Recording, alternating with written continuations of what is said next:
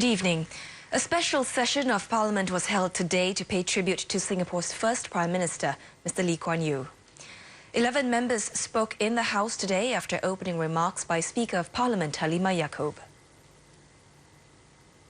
Mr. Kuan Yew and his government did not get re-elected time and time again because they dispensed sweet words, said Dr. Ng Eng Hen.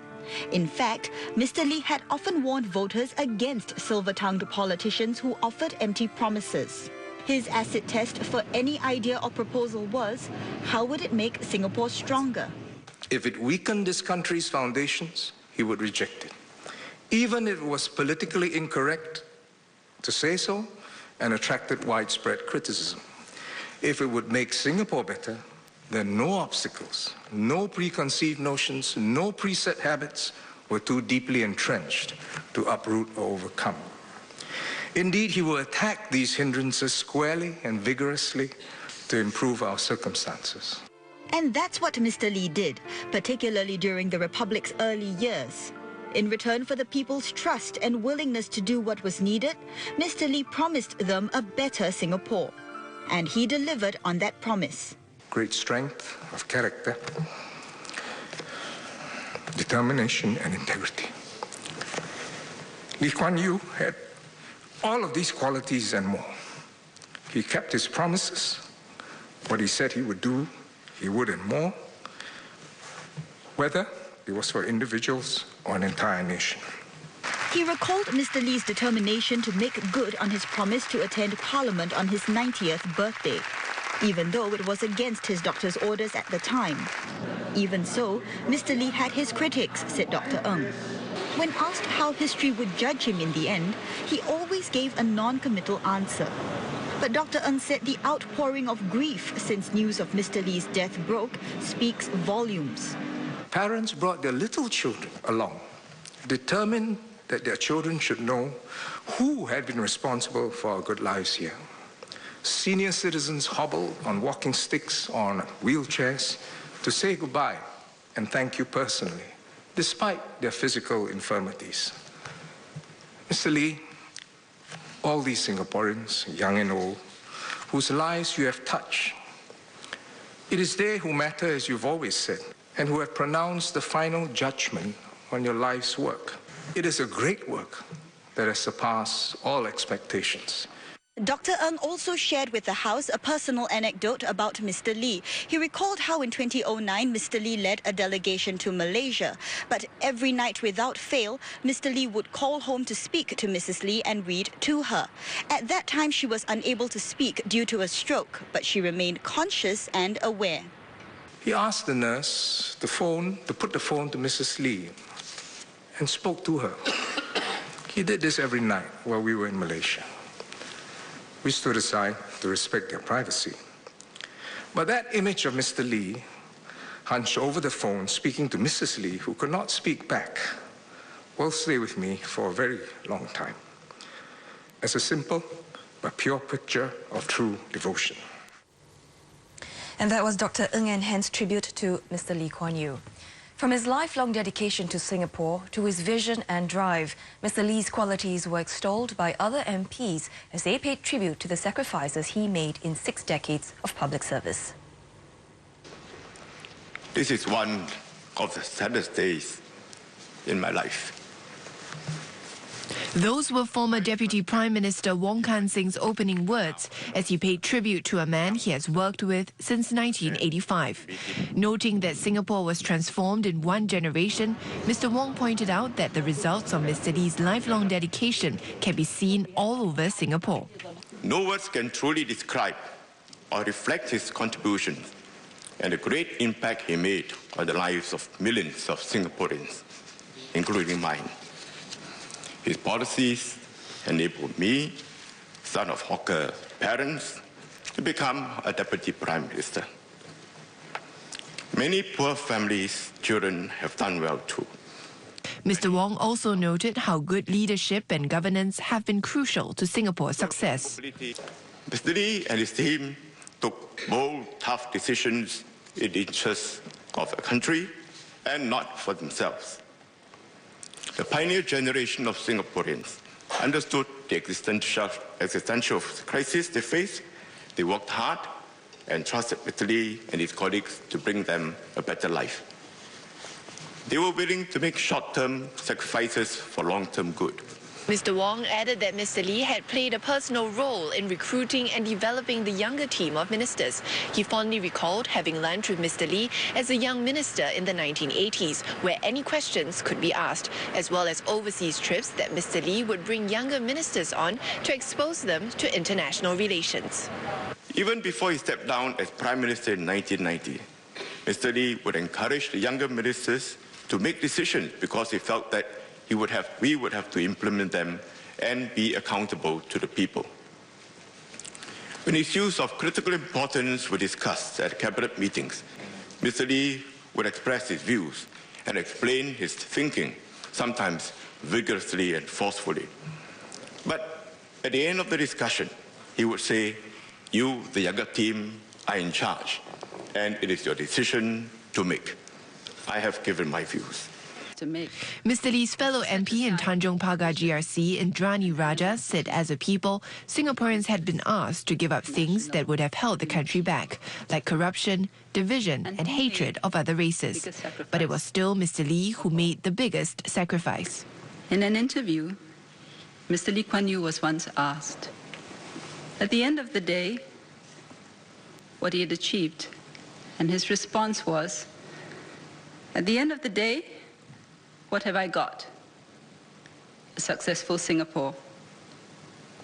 What have I given up? My life. The biggest sacrifice of all was made by Mr. Lee Kuan Yew. And because of that, because he was a strong leader and led a strong party, everyone benefited. And Singapore is what it is today. Ms. Indrani also noted how in the last week there has been a tremendous outpouring of love at Tanjong Pagar for Mr. Lee. Many said this was the one last thing they could do to say thank you and show their respect. What is the essence of the man that inspires such an overwhelming reaction? Some might say it's his vision, his drive, his intellect. But these alone would not have been enough to generate this wellspring of emotion. The real secret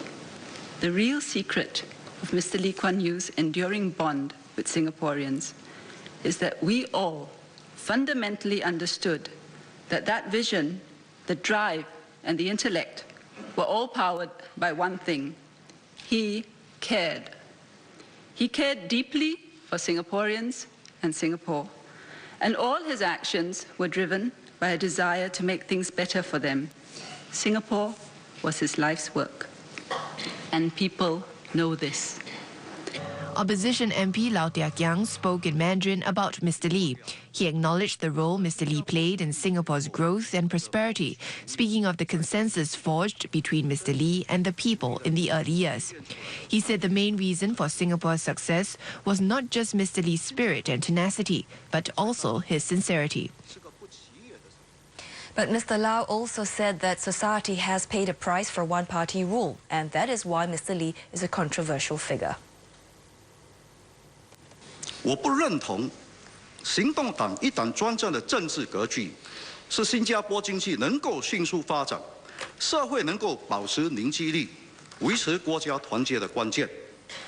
因为不少新加坡人在建国和制定政策的权衡过程中被牺牲，我们的社会也付出了代价。 A multilingual, multiracial Singapore with good governance and a strong foundation on which Singaporeans can continue to build a better life for future generations.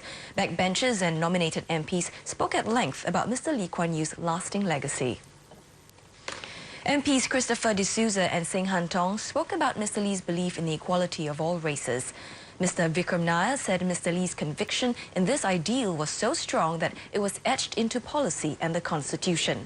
NMP Thomas Chua called Mr. Lee a visionary who seized opportunities that led Singapore to an endless path of development. Fellow NMP Chia Yong Yong thanked Mr. Lee for the opportunities she has received and for where Singapore stands today. I am convinced that if I were born in Singapore in an earlier era, or if I were born in a similar era but in another Asian country. I would not, being a girl with a disability, coming from a poor family with no connections, I would not have been able to go to school, enter a profession, and serve the community today. And the session wrapped up with this tribute. As a mark of respect to the late Mr. Lee Kuan Yew, I propose that the House observes a 1-minute silence. Will members please rise?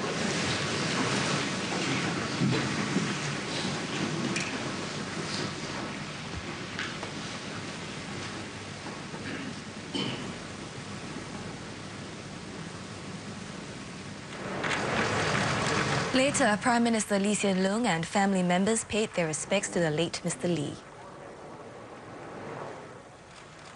They were followed by cabinet ministers and MPs collectively paying homage.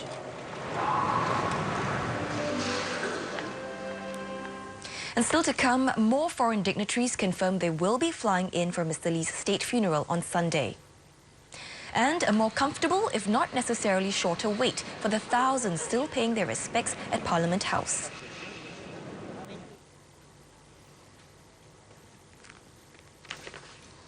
Only Mitsubishi Electric StarMax Aircon saves you energy and money, is easy to clean, and is the quietest.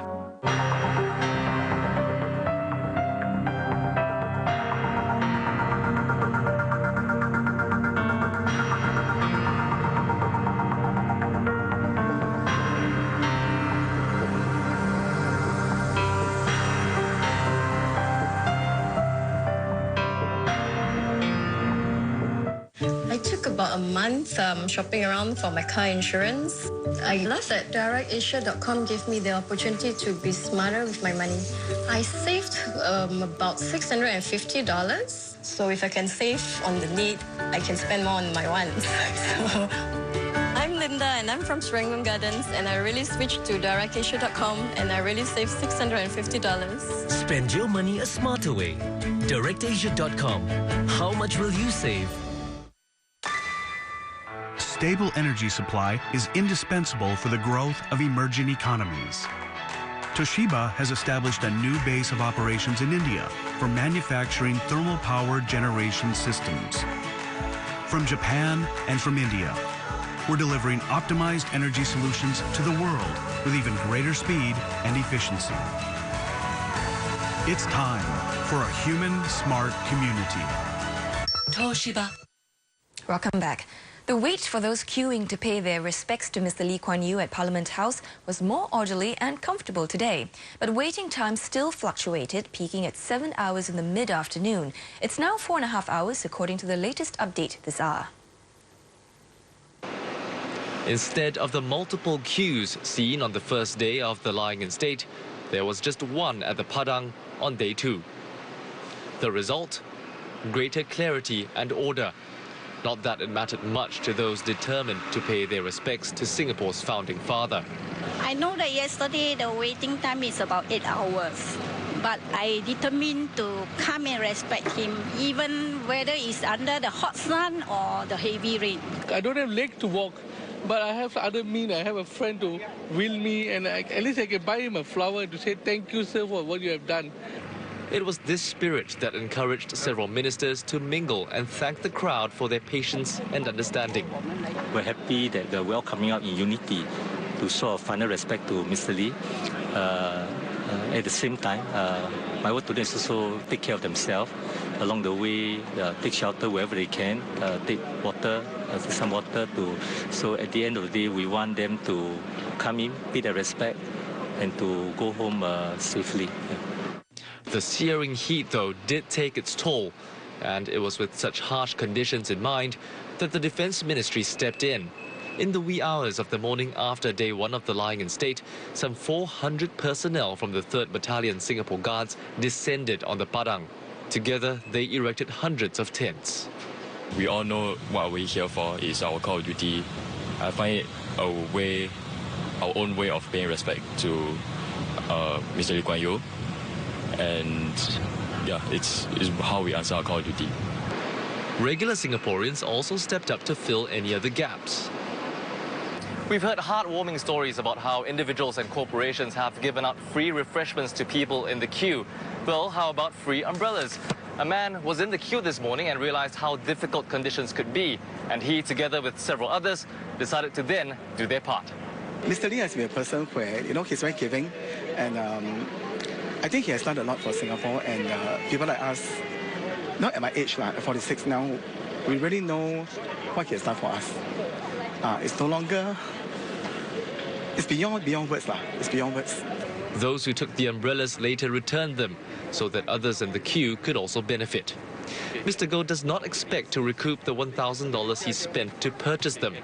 What's important, he says, is the unity of Singaporeans in this time of grief. Now, if you're still unsure where the queue to Parliament House begins, our reporter walks us through the route you'll need to take.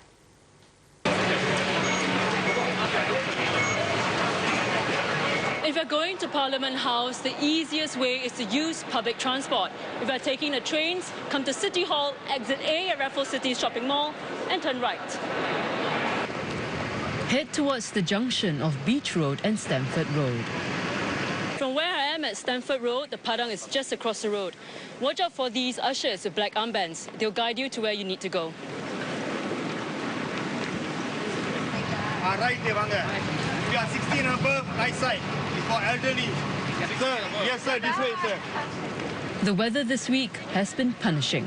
Along the route, ushers and volunteers will be handing out water, snacks and umbrellas to shield you from the scorching heat.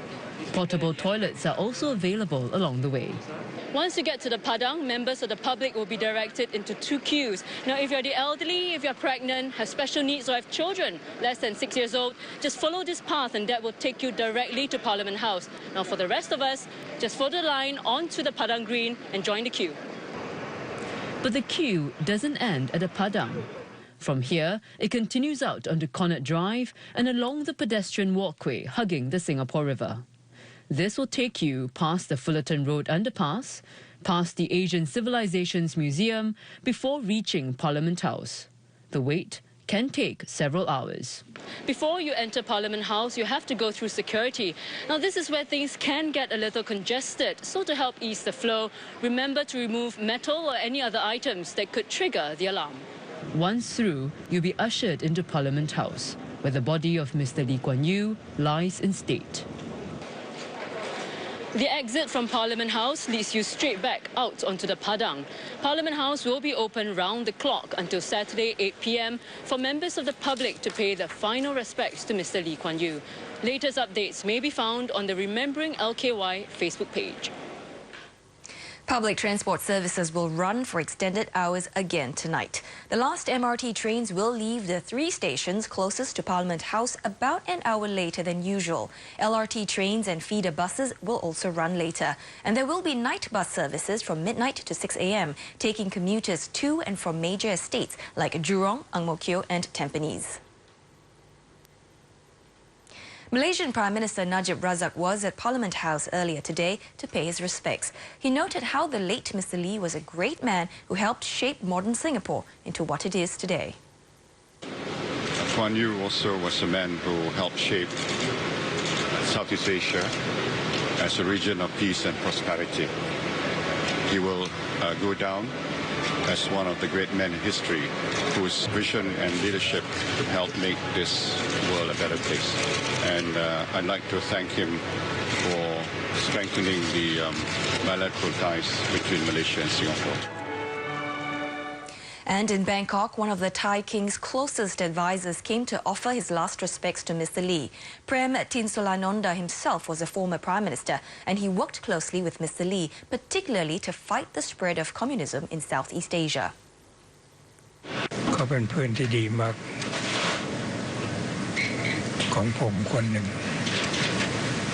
ตอนที่เราทำงานด้วยกันหมายความว่าตอนที่เขาเป็นนายกรัฐมนตรีและผมเป็นนายกรัฐมนตรีนะเรามีความสนิทรักใคร่กันช่วยเหลือกันและกันเป็นอันมาก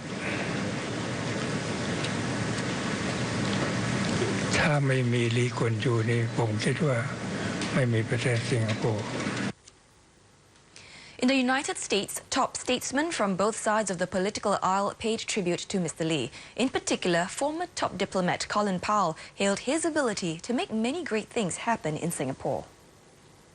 And created a nation that is one of the most influential in the world, one that takes care of its people, one that ensures that it plays a major role on the world stage. And I think the people of Singapore, by the outpouring of love and support that they are showing, is evidence of the respect in which he's held. And I can also assure you it is the same kind of respect that he is held in by all of us here in the United States of America. His views that he shared with me as a young senator have helped to shape my thinking today as a Secretary of State.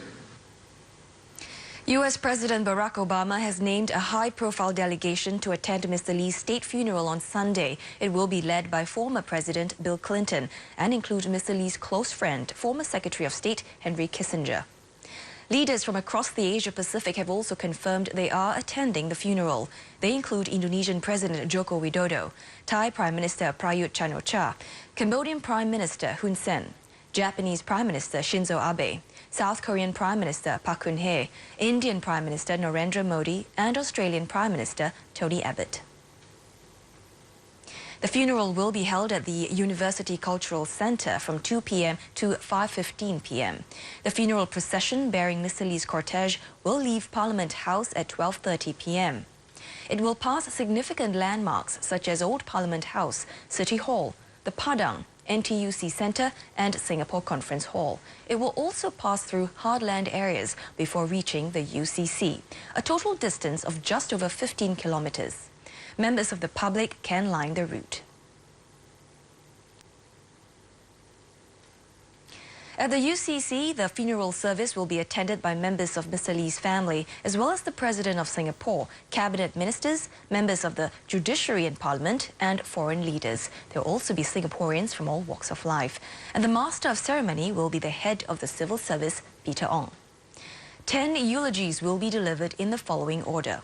Prime Minister Lee Hsien Loong, President Tony Tan Keng Yam, Emeritus Senior Minister Goh Chok Tong, former Cabinet Minister Ong Pang Boon, former Cabinet Minister S. Dhanabalan, former Senior Minister of State Siddiq Sanif, trade unionist G. Muthukumarasamy, Tanjung Pagar community leader Leong Chun Lung, former journalist Cassandra Chu, and the late Mr. Lee's second son, Lee Hsien Yang. After the service, the cortege will make its way to Mandai Crematorium for a private service. Now we'll check on today's other top stories after a quick break. A new type of government bond is in the works to give Singaporeans more choice when it comes to saving for retirement. And startling revelations on the crash of their Germanwings plane. It may have been a deliberate act by the co-pilot.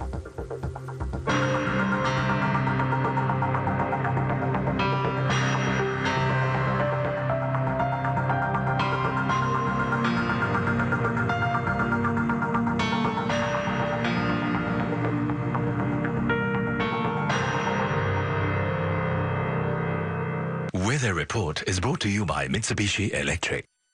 Let's clean. Get all-round protection with Lion. Check out the attractive deals in stores now. A war's coming to us. Remember Owen Shaw? This is his brother. The sins of London have followed us home. What's the plan, Don? This time it ain't just about being fast. Now we're talking. You do whatever it is you gotta do. When you find him, just do me one favor. What's that?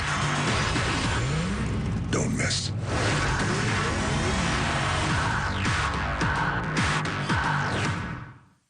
Welcome back. Let's take a quick look at other news today. Singaporeans will soon have more choice when it comes to saving for retirement. A new type of government bond will be introduced for individual investors to help them get better returns on their savings. Singapore savings bonds will be safe investments with their principal guaranteed by the government.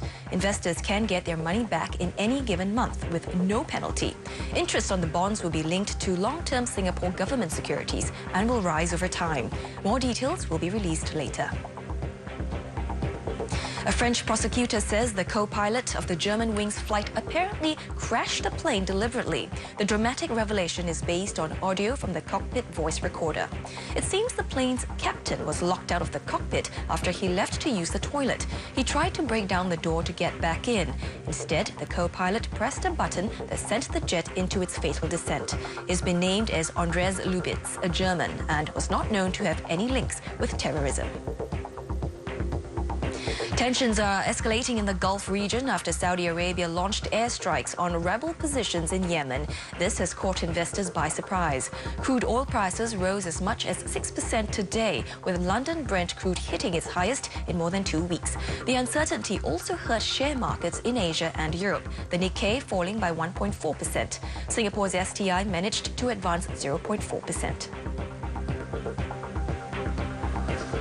Boy band One Direction has been reduced from 5 members to 4. Zayn Malik has announced that he is quitting the group so he can be a normal 22-year-old who can relax and have private time.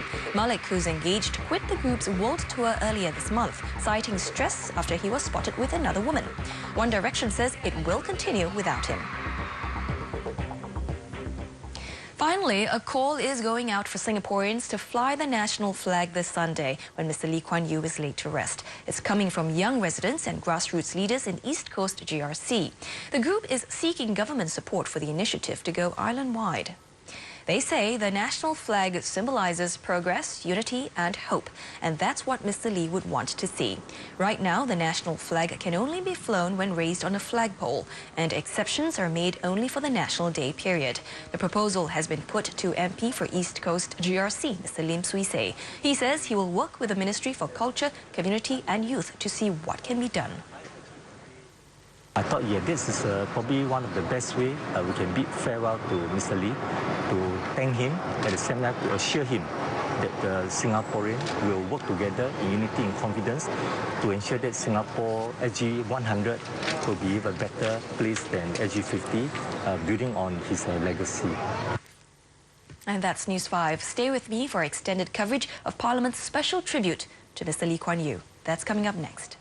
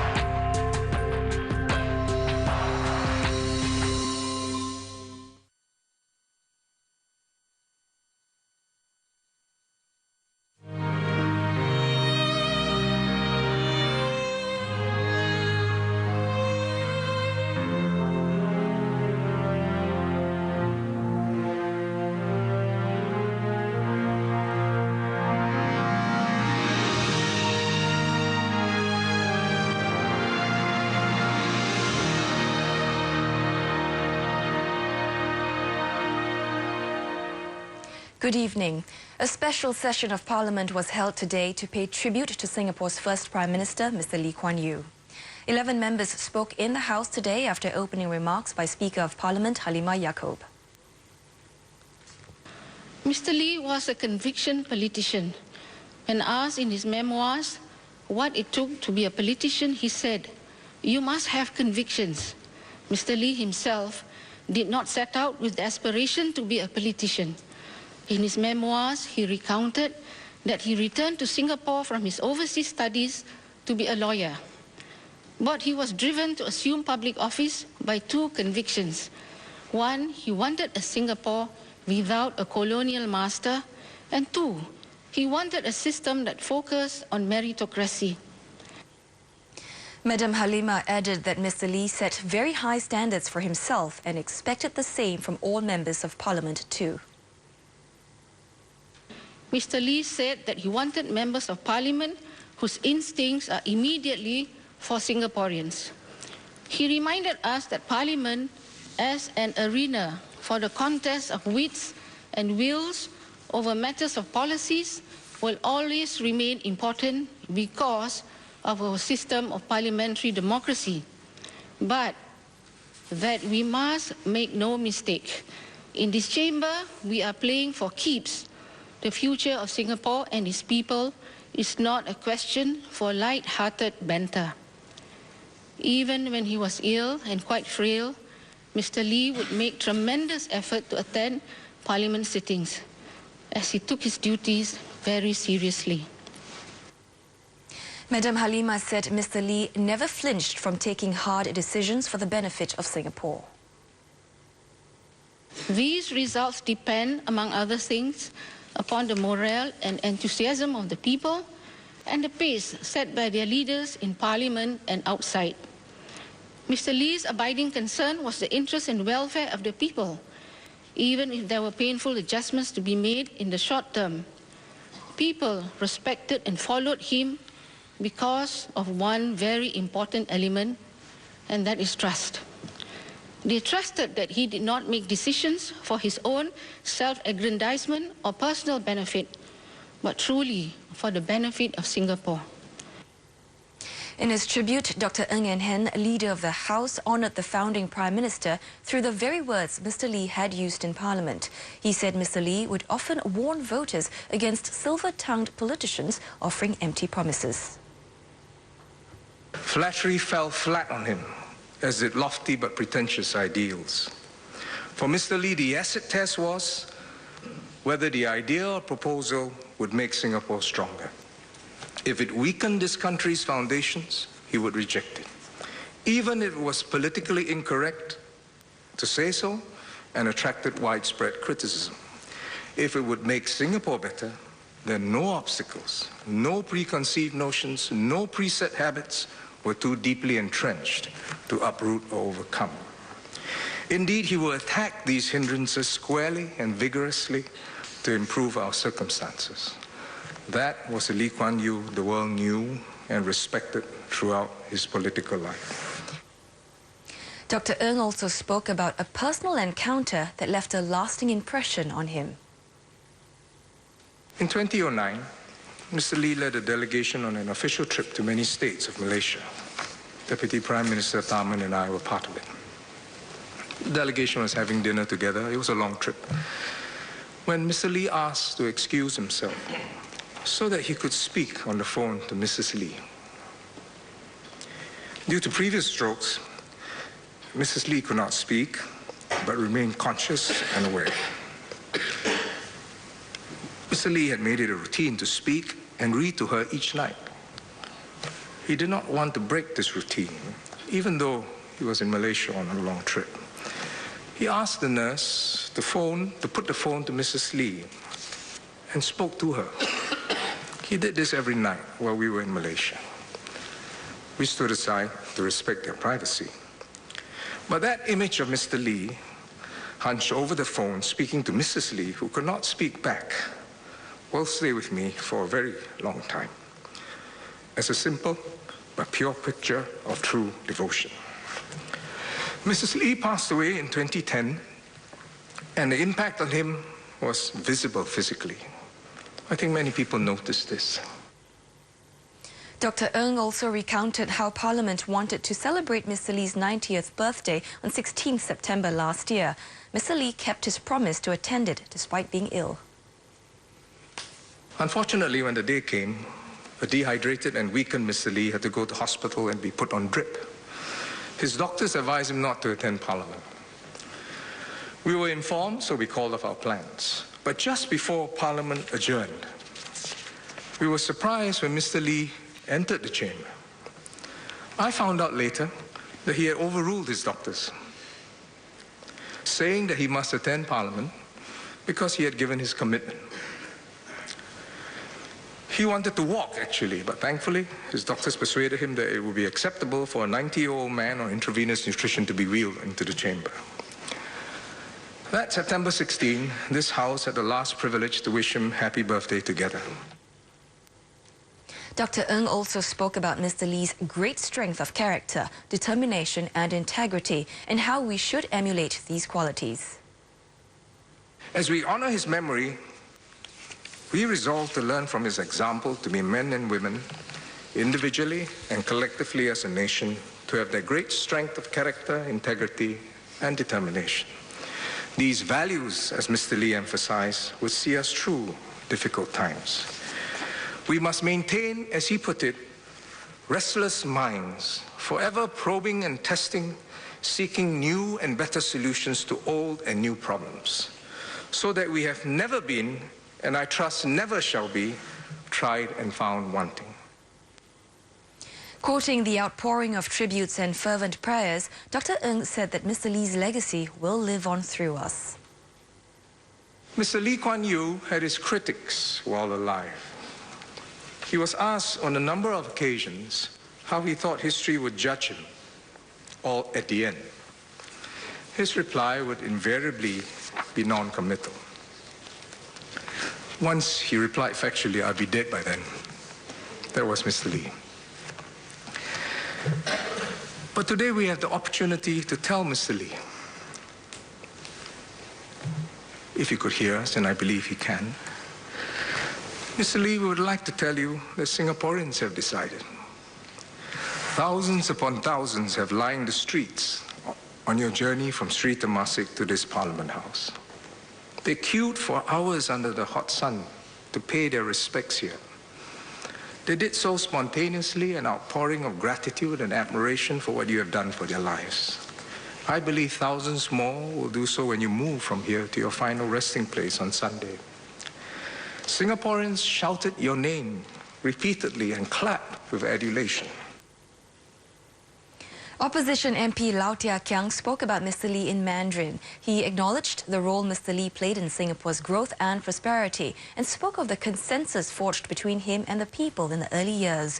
Mr. Lau said the main reason for Singapore's success was not just Mr. Lee's spirit and tenacity, but also his sincerity. But Mr. Lau also did say that society has paid a price for the one-party rule and that this is why Mr. Lee is a controversial figure. 我不认同行动党一党专政的政治格局是新加坡经济能够迅速发展、社会能够保持凝聚力、维持国家团结的关键。因为不少新加坡人在建国和制定政策的权衡过程中被牺牲，我们的社会也付出了代价。 Mr. Lau also said that Mr. Lee had great vision in attracting foreign investments.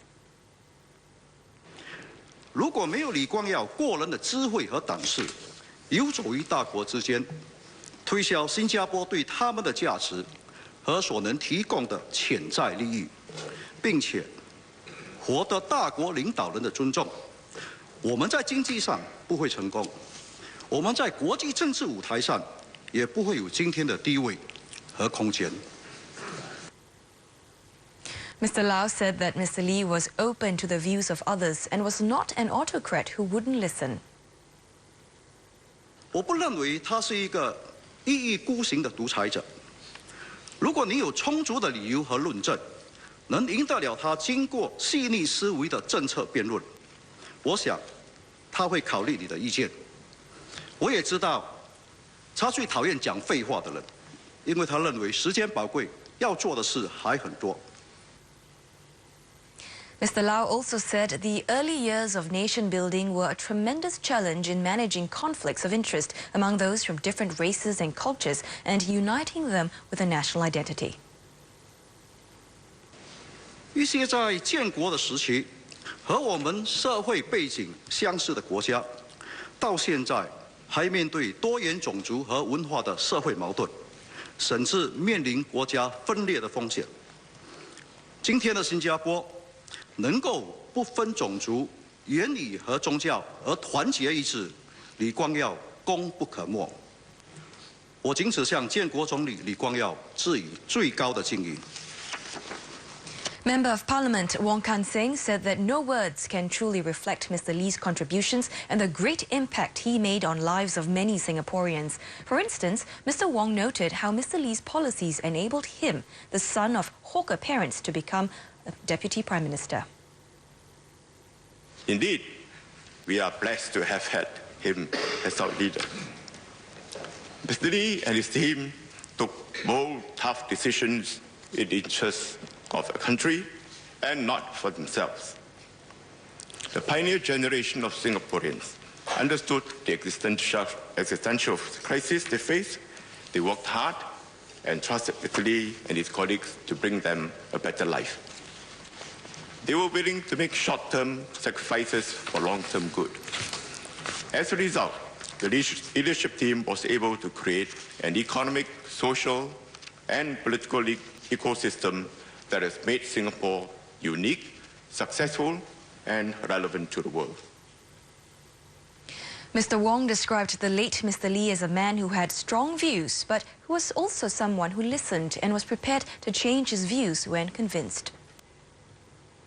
Beneath the public persona of Mr. Lee as a tough-minded man who suffered no fools, Mr. Lee had only the interests of Singaporeans at heart. That is why he spent his whole adult life caring for Singaporeans' welfare, uplifting our well-being, and protecting Singapore's interests. We are the beneficiaries of his lifelong dedication and contribution to Singapore. Mr. Wong urged fellow Singaporeans to build on the legacy that Mr. Lee left behind. Can Singapore continue on its path of success and prosperity? It depends on whether Singaporeans can look beyond their individual self-interest and have a consensus on the kind of Singapore we want for ourselves and our children. It also depends on whether we have enough Singaporeans who care enough to come into politics to serve selflessly, just like Mr. Lee and his team had done for Singapore, and whether Singaporeans will trust and support these individuals. Mr. Wong also hopes that Singaporeans will uphold the core values Mr. Lee strongly believed in. I sincerely hope that all Singaporeans will build on the foundations of our pioneer leaders and continue to make Singapore a unique, extraordinary country for the next generation. This means upholding the values of meritocracy, multilateralism, and non-corruptibility, core values that Mr. Lee strongly believed in and which have now become our national ethos. Let us continue to do this and stay cohesive as one people. Then Mr. Lee would not have toiled his life in vain for us. And I'll have more to come in half a minute on Parliament's special tribute to Singapore's founding father. Because nobody, no group of men have got the will, have got the capacity that do more for this country. You see, the whole of my adult life. This is my country. This is my life. This is my people. You will trample over us, over our dead bodies. We dug our toes in, we built a nation. Lee Kuan Yew, in his own words, on rallying the nation and the mandate to rule.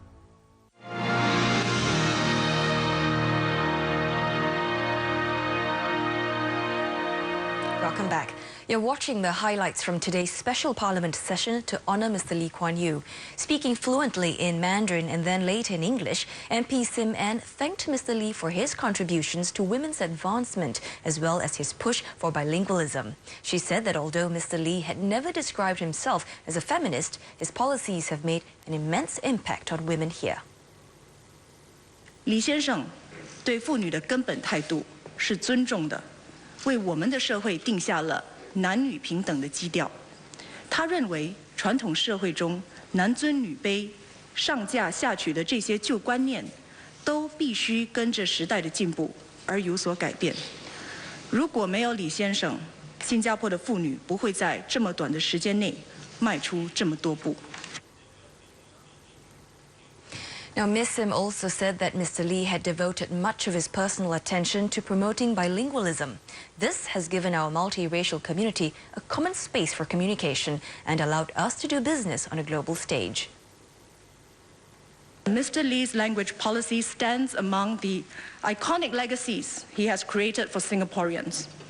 It has left a deep impact on many, especially on educators and language professionals. This includes the men and women who are sitting in our interpreter booths, who ensure that what transpires in this house can be understood in the 4 official languages. He has led us on the road to bilingualism in pursuit of unity as one people, the preservation of our cultural ballast, and ease of interaction with the world at large. Nominated MP Chia Yong thanked Mr. Lee for ensuring that all Singaporeans, regardless of background, enjoy equal opportunities. These include the children of his political foes and people with disabilities.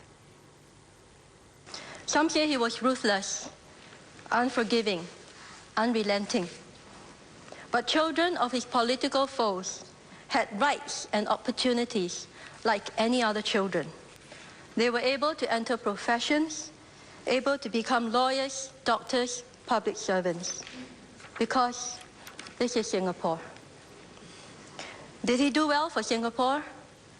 Look around us. We can say what we will. History shall be the judge. History will judge those who act, and history will judge those who only speak. As for me, I am convinced that if I were born in Singapore in an earlier era, or if I were born in a similar era but in another Asian country, I would not, being a girl with a disability, coming from a poor family with no connections, I would not have been able to go to school, enter a profession, and serve the community today. But I was born in Singapore in this era. Ms. Chia also paid tribute to Mr. Lee's dedication in wanting to ensure Singapore would survive. Shortly after he had taken office, he said he had the lives of a few million people to account for. He said Singapore would survive. By any measure, Singapore has more than survived. Today, we are a reckoned player in the international scene.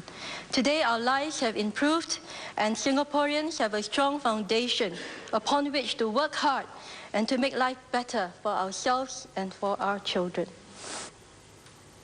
Ms. Chia said that with Mr. Lee's passing, Singapore's journey will continue, and Singaporeans should continue building and protecting the country. My parents taught me that when I take a drink of water, I must remember its source. 饮水思源, son of Singapore, father of Singapore. Pardon my inability to craft a tribute worthy of you. Words fail me, and today, all that I can say to you, my first Prime Minister, is what I never had the opportunity to tell you in person. Thank you, Mr. Lee. Also paying tribute to Mr. Lee, his fellow MP from Tanjung Pagar GRC, Ms. Indrani Raja. The Senior Minister of State for Law and Education said that in the interest of national unity, Singaporeans had been asked to give things up. Things that would have set the nation back, such as laziness, corruption, and hatred of other races. But Ms. Indrani said it was Mr. Lee himself who made the biggest sacrifice of all. In an interview, Mr. Lee Kuan Yew was once asked, at the end of the day, what he had achieved. And his response was, at the end of the day, what have I got? A successful Singapore. What have I given up? My life. The biggest sacrifice of all was made by Mr. Lee Kuan Yew. And because of that, because he was a strong leader and led a strong party, everyone benefited. And Singapore is what it is today. In her speech, Ms. Indrani also spoke about the outpouring of love and gratitude from Tanjung Pagar residents. She said almost all who turned up to pay tribute at Tanjung Pagar Community Club said that this was the last thing they could do to express their thanks to Mr. Lee. What is the essence of the man that inspires such an overwhelming reaction? Some might say it's his vision, his drive, his intellect. But these alone would not have been enough to generate this wellspring of emotion. The real secret of Mr. Lee Kuan Yew's enduring bond with Singaporeans is that we all fundamentally understood that that vision, the drive, and the intellect were all powered by one thing. He cared. He cared deeply for Singaporeans and Singapore. And all his actions were driven by a desire to make things better for them. Singapore was his life's work. And people know this. So, just as he was there for us on that amazing journey from third world to first, Singaporeans have been here for him in the last days of his life and now for his final journey. And the session wrapped up with this tribute. As a mark of respect to the late Mr. Lee Kuan Yew, I propose that the House observes a 1-minute silence. Will members please rise?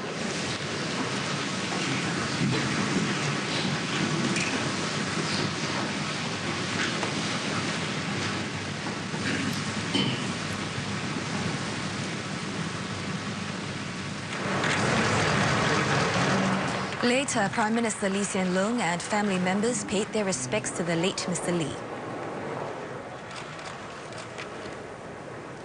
They were followed by cabinet ministers and MPs collectively paying homage. Mr. Lee's body is lying in state until 8 p.m. on Saturday, the eve of his state funeral.